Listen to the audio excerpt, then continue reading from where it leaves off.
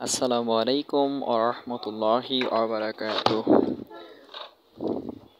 Welcome back আবারও ফিরলাম today with Tuhin YouTube চ্যানেলের পক্ষ থেকে আপনাদের সবাইকে স্বাগতম। সম্মানিত ভিউয়ার্স, আজকের ভিডিওটা একটু লং। আজকে মোটামুটি যে বিষয়গুলো নিয়ে আলোচনা করব এবং যেই মুখ্য বিষয়গুলো সামনে আসবে, সচরাচর 90% এটার সঙ্গে প্রবলেম আর কি জড়িত থাকে। ফটোকপি মেশিনে সবচেয়ে বড় একটা সমস্যা বলতে পারেন এটা, সেটা হচ্ছে মেশিন নট রেডি। মূলত আজকে আমার এই মেশিনটাকে রেডি করার জন্যই আর কি কার্যক্রমগুলো শুরু হয়েছিল। আমি চেষ্টা করছি মেশিনটাকে রেডি করার জন্য। এর মধ্যে কিছু কথা বলে রাখি, ফটোকপিয়ারের বেশিরভাগ পার্টস যেহেতু প্লাস্টিক, সেহেতু আপনাকে সর্বাবস্থায় খেয়াল রাখতে হবে। বিষয়টি আসলে খুব সেন্সিটিভ, এই জন্যে কিছু কিছু পেয়ার পার্টস খুবই হালকা এবং ক্রিটিক্যাল। তো এই বিষয়গুলো মাথায় রাখতে হবে এবং সুস্থ মেজাজে ঠান্ডা মাথায় কার্যক্রমগুলো সম্পন্ন করতে হবে, যাতে করে আপনি একটি সমস্যার সমাধান করতে গিয়ে দেখা যাচ্ছে যে সমস্যাটাকে ভ্যানিশ করে ফেললেন। তাহলে কিন্তু এটা আপনি সামনের দিকে আগাতে পারবেন না মেশিনটাকে সমাধানের পথে। তো খেয়াল রাখতে হবে কাজেই যে কোনো পেয়ার পার্টস যাতে আপনার হাতে ক্ষতিগ্রস্ত না হয়। আপনি দেখে শুনে ঠান্ডা মাথায় ধীরে সুস্থে কেবলগুলো যখনই সংযোগ বিচ্ছিন্ন করবেন, খুব সতর্কতার সাথে সংযোগ বিচ্ছিন্ন করবেন, নমনীয়ভাবে বিষয়গুলো এই পার্টসগুলো ব্যবহার করার চেষ্টা করবেন আর কি। এবং খেয়াল রাখবেন ফটোকপি সেট আপে স্ব স্থানের নাট এবং পার্টসগুলো নিজস্ব জায়গায় স্ব জায়গায় অ্যাডজাস্ট করার জন্য কখনোই একটা জায়গা নাট করলে আরেকটা জায়গা লাগানোর চেষ্টা করবেন না। আরেকটা ব্যাপার হচ্ছে যে কখনো কোথাও এরকম মনে করবেন না যে এখানে একটা নাটের প্রয়োজন নেই, একটা নাট কম হলে চলবে, এরকম মনে করবেন না। যতদূর সাধ্য চেষ্টা করবেন যে প্রত্যেকটা নাট সুন্দরভাবে ওই জায়গায় লাগিয়ে নেয়।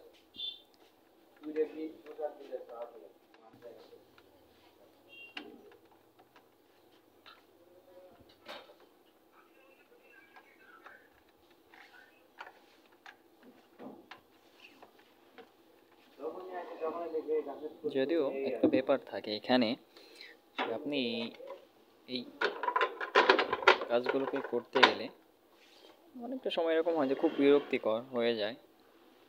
তবুও একটা কথা মানতেই হবে, যেহেতু বিষয়গুলো এবং পার্টসগুলো অতি নগণ্য, পার্টসগুলো খুব হালকা, কাজে এগুলোকে আপনি খুব সতর্কতার সাথে সাবধান হয়ে আর কি ব্যবহার করতে হবে। ছোটো ছোটো যেমন এই স্প্রিংগুলো আসলে লাগানো খুব কঠিন অনেক সময়। বিষয়টা খুবই সিম্পল যদিও, কিন্তু যখনই আপনি এই যে এতগুলো কাজের মাঝখান থেকে যখন এই ছোটো কাজটি করতে যাবেন, তখন ওই ছোটো বিষয়টি আর কি আপনার কাছে অনেক বড় হয়ে দাঁড়াবে, মানে অনেক বিরক্তিকর হয়ে দাঁড়াবে। তবুও চেষ্টা করবেন ধীরে সুস্থে সুন্দরভাবে এটাকে সেট আপ করার, কারণ এখানে কপিয়ার মেশিনের সঙ্গে জড়িত প্রত্যেকটা পেয়ার পার্টসই মূল্যবান এবং পার্টস অফ পার্সেল এই কপিয়ারের অবিচ্ছেদ্য অংশ। কোনোটা ছাড়াই আসলে কোনোটার একার ওইভাবে দাম নেই, একটার সঙ্গে আরেকটা জড়িত, একটাকে ছাড়া আরেকটা অর্থহীন, মূল্যহীন। কাজেই খেয়াল রাখতে হবে যে কোনো পার্টসকেই ছোটো করে দেখবেন না, হালকাভাবে নেবেন না।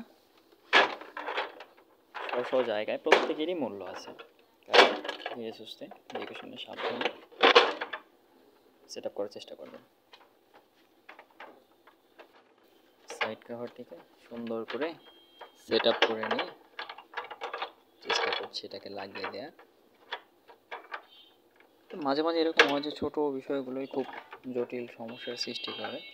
এর মধ্যে আমার সাথে যেটা ঘটলো, সাইড কভারটি ঠিক ছিল, একটি ঘাট থেকে এটা ভেঙে গেছে আর কি, যার কারণে একটু প্রবলেম করতেছে। এবার খেয়াল রাখবেন সাইড কভারটিকে খুব ভালোভাবে ব্যবহার করা, যাতে করে এরকম সমস্যার সম্মুখীন আপনাদের না হতে হয়। অনেক সময় এরকম হয় যখন পেপার জ্যাম হয়ে যায়, পেপার জ্যাম সিগন্যাল দেয়, অথবা কখনো এরকম হলো যে পেপার আটকে গেল।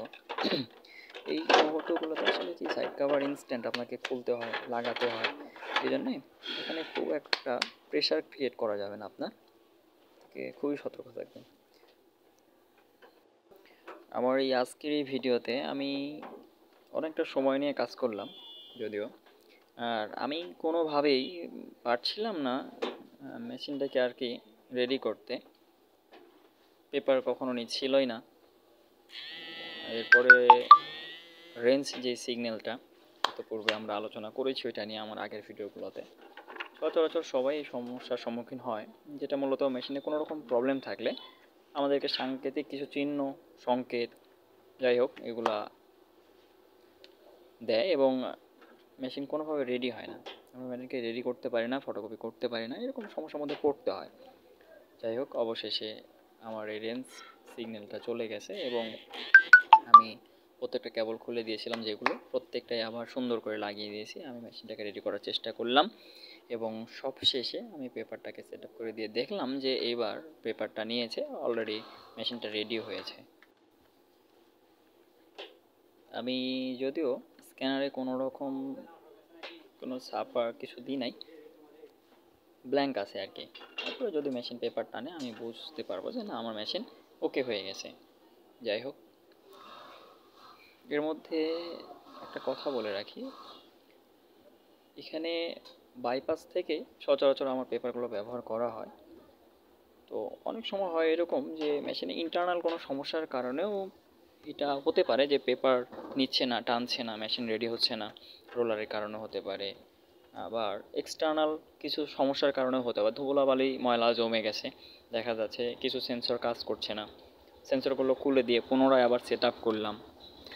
আবার এরকম হয় অনেক সময় যে কেবল সংযোগ দেয়া আছে, বাট দেখা যাচ্ছে যে হয়তো বা সেখানে সংযোগ পাচ্ছে না।